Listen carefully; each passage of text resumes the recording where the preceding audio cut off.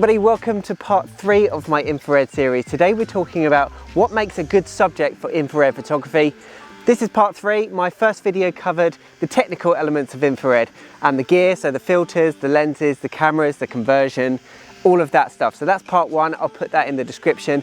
Part 2 was covering the editing of those infrared photographs. But today I'm concentrating on what actually makes a good photograph in the first place. Now, as you can see, it is blazingly sunny right now. I would not normally take photographs or make videos at this time of the day, but that is where infrared photography is different. And you can see the background here. I'm at the beautiful Hurstman Zoo Castle. Okay, now when you first get into infrared photography, whether you buy filters or whether you get a camera converted like I did, if you didn't watch my previous video, I converted a 550D, which is a crop sensor Canon, and this is a 720 nanometer conversion. If you want to know more details about that, just watch my first video. So what's going to happen once you get an infrared filter or a converted camera, you're going to become completely preoccupied with the fact that your photographs are now glowing.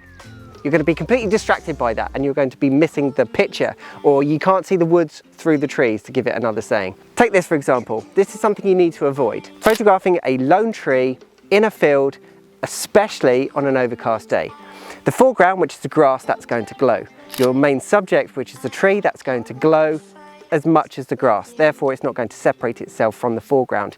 And then the background, unless you've got a blue sky, is also going to be a highlight because the clouds will be bright. So although you may get excited about that lone tree, in infrared it's not going to work because you're just going to have foreground, subject and background all the same tone. It's lacking depth. So what you need to do is you need to find a subject which has a dark foreground against a blue or a dark sky, and that way your main subject is really going to pop.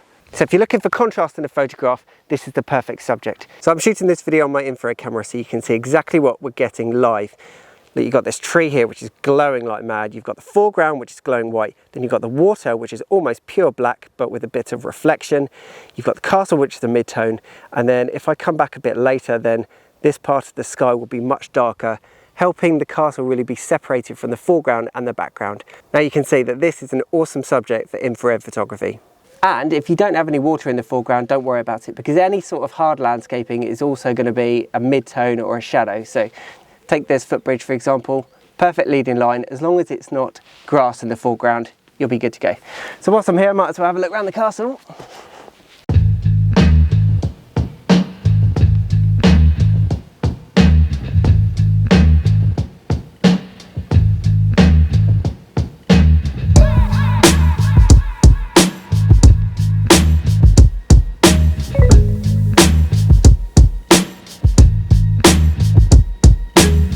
So if I'm being honest with you, I just struggle in the summer months to make videos and actually just get out and take landscape photographs because the hours are just so unsociable if you're looking for good light.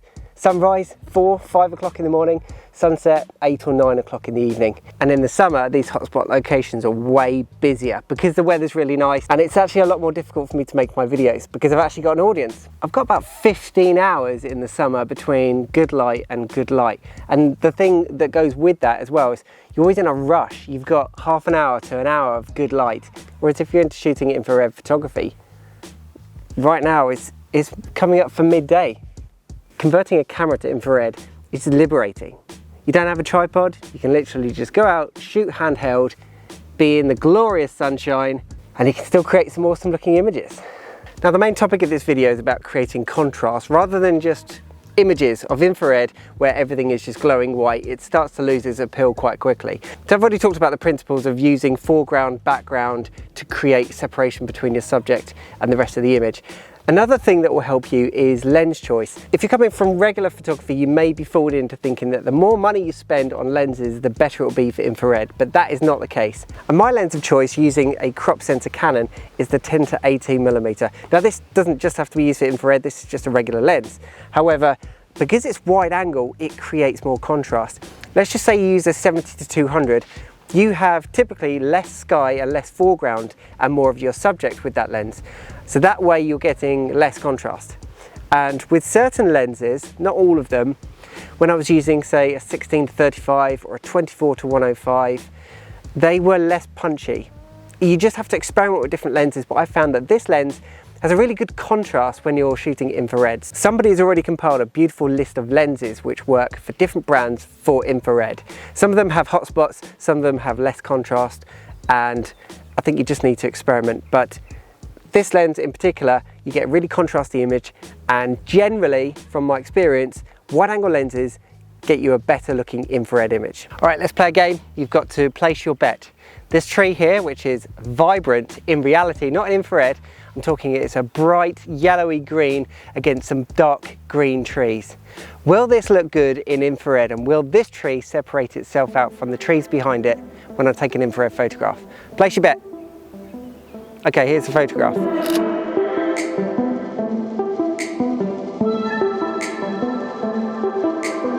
This tree here proves my point exactly. Some trees glow more than others. I don't know why. Some of the scientists out there may be able to put in the comments why some trees glow more than others. It's something to do with the chlorophyll content. So there you go. This is the perfect example of what not to do in infrared photography. Don't go just shooting trees because they glow and you get excited. Think about the composition, think about separation, depth, foreground, subject, background.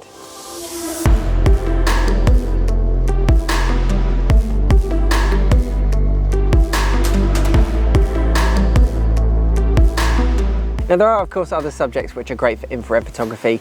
Architecture, for example, you don't have to have trees, you don't have to have anything glowing. If you intend on taking really great looking black and white architecture photographs, then infrared will give you a massive advantage because the dynamic range of infrared is off the scale. You could obviously take portraits.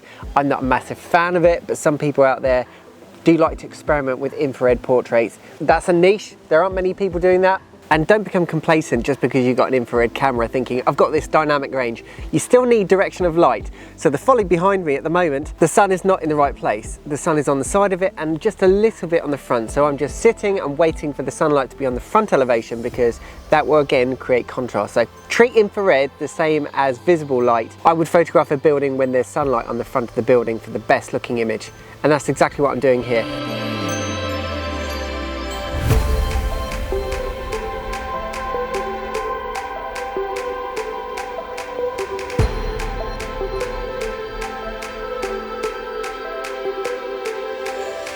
Right, to mix this video up a little bit, I'm going to head out with my friend Louise Welcome, who I actually convinced to buy an infrared camera. If you can see behind me, Louise and I have come out with our infrared cameras just for a bit of a stroll on the South Downs, and we've made it as far as Hassocks, which has got the Jack and Jill windmills. And people have asked me previously, I'm thinking about getting a camera converted. Would I be better off with a crop sensor or a full frame? So I've got a 550D, a Canon, which is a crop sensor, and then Louise has got a full frame 6D, which she's converted. So as a bit of an experiment, I'm going to be taking the same photograph with both of these cameras with the same lens, the Canon 24-105. Now here are the two images side by side. On the left you've got the Canon 6D, a full frame camera, and on the right is the 550D, the crop sensor camera. And the first thing you'll notice is the difference in exposure.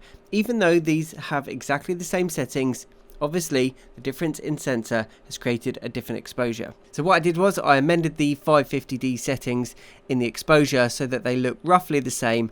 If we zoom in a bit, you can see the benefits of the full frame sensor. The image is just a lot more crisp, there's more detail, it just looks cleaner. So there you go. Not a complete scientific experiment, but a quick side by side, crop sensor versus full frame.